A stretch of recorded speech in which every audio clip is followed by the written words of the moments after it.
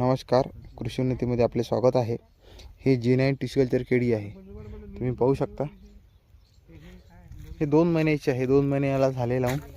28 जुलैला याची लागवड होती। तुम्ही पाहू शकता झाडाची क्वालिटी किती छान आहे, एकसारखे तयार झाली। टिश्यू कल्चरची हेच एक खासियत आहे की झाडे एकसारखे तयार होतात, मागे पुढे होत नाही आणि फळसुद्धा त्याचं एकसारखे येते।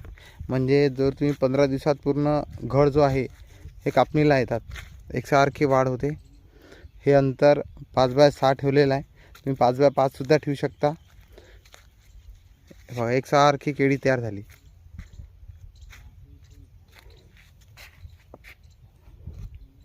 तुम्ही पाहू शकता।